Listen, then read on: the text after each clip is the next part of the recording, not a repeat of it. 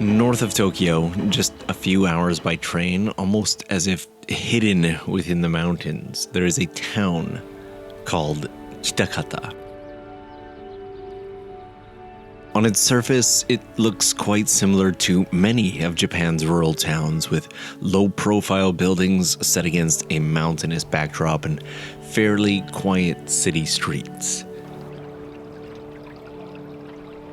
In fact, one might even call the area humble, and they wouldn't be wrong in doing so because despite its seemingly uncomplicated and familiar feel, the town of Kitakata is famous all across the country. If you were to say the name Kitakata to almost anyone in Japan, you're bound to get the same or at least a very similar response. 北方って言ったらやっぱラーメンなんじゃないですかね。といえばラーメン。北方ラーメン。それやっぱりラーメンじゃないですか。北方といえばやっぱりラーメン。私もラーメン。私もラーメン。 And this peaceful countryside town does not leave any gap between expectation and reality. With over 100 ramen shops in the area and even a set of shrine gates that look like chopsticks. Even among all of this, one shop stands out among the rest.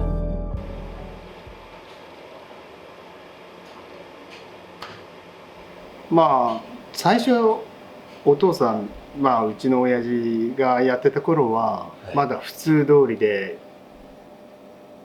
11時から夜までの仕事だったんだけど、うちらが子供の時かな、小学生か中学生かそのぐらいになった時にちょうどなんていうのかな、朝ラーっていう風なのが意外と始まって、それはなぜかっていうとやっぱり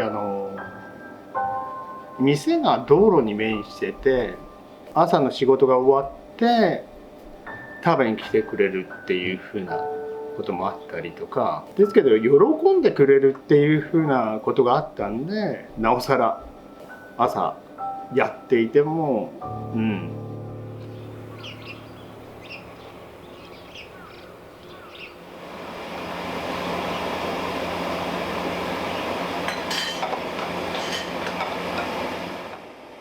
At 7 o'clock in the morning, you probably don't typically think, let's go out for a bowl of ramen. That is, unless you're in Kitakata. 自分は東京から来ました。一人旅が好きなんで日本全国回ってて、北方がその朝のラーメンが有名ってことで聞いてたんで、もうここでしか食べないと思います。朝にラーメンはそのラーメンの味自体がとってもあっさりしてるんで、全然朝に食べても悪くないっていう風に思いました。むしろ美味しかったですね。はい。It is 8 o'clock in the morning, and I am eating a bowl of ramen. Morning ramen, if you will. I've had ramen in the morning, just never had morning ramen. The owner recommended that I try the Niku soba. He said it's really popular, and the entire thing is just covered. It's really nice. The flavor is super gentle. It's got a light feel to it. Like I feel like I'm not gonna have this heavy, oily feel when I'm finished. This actually works really well as morning ramen.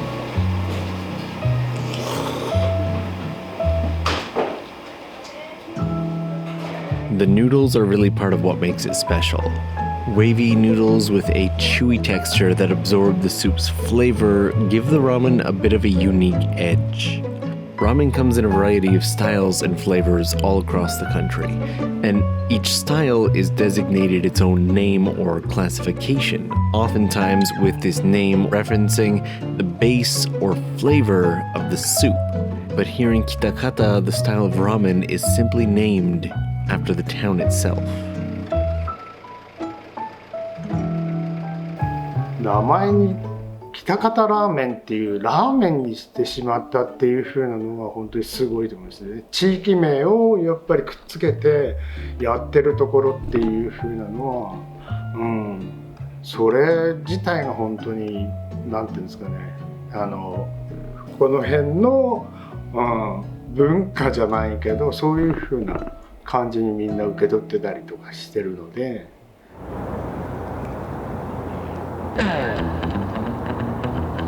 Yeah, so I actually used to live right down the street over there, and I didn't even I passed by the shop like every single day without realizing, so got curious. We're gonna head in today and check it out. Just for good measure, I'm gonna go with the same one, the one with all the chashu on top. That way I can give it a fair comparison.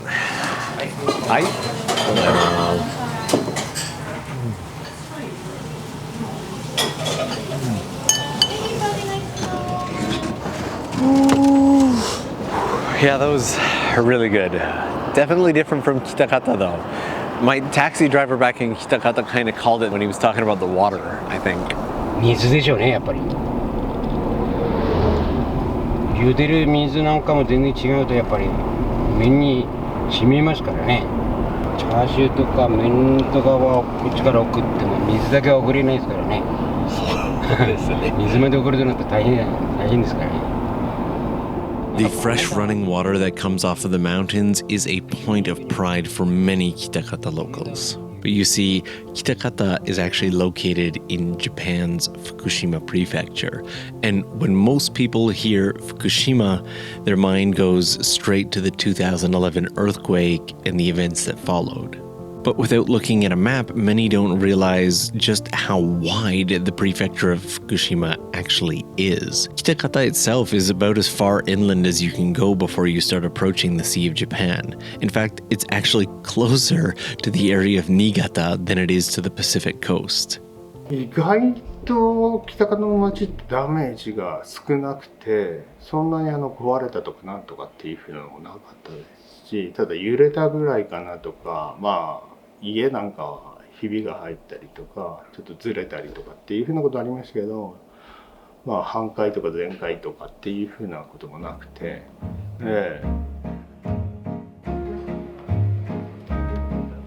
While the asara or ramen for breakfast is definitely an aspect that makes Bannai Shokudo unique, the shop really hits its stride around lunchtime with a packed house and a street full of cars and people. In Japan, the process of making ramen is known to be famously time-consuming or sometimes difficult. But Bannai-san claims that in these conditions, it's actually not the most difficult part of the job. 歩く人でしょうね、多分。注文受けるとかよりも、まあ出したり片付けたりとか、そういう風な人の方が体力は使うと思いますよね。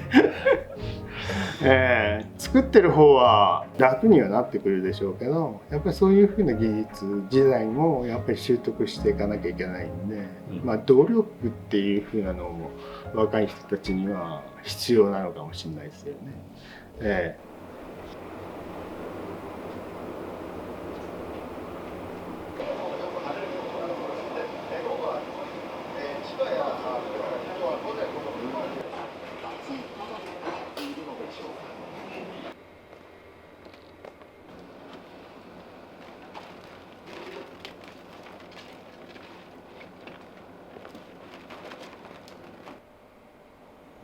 それこそありがたいですよね。みんなうちのラーメン好きになってくれたのかっていう風な感じで、はい。いやもう仕事も終わったしさ、ここで俺が作るからさ、ラーメン食べない？そうよかった。朝食べたしさ、食べてくれないかなと思ってたんだけどさ。はい、じゃあ作ります。ありがとうございます。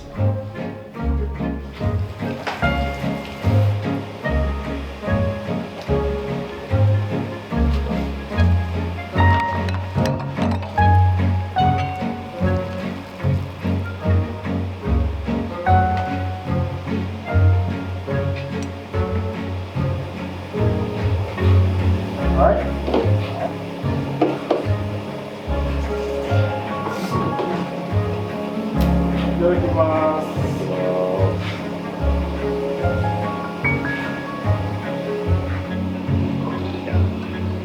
やっぱり自分が作ったら美味しいから。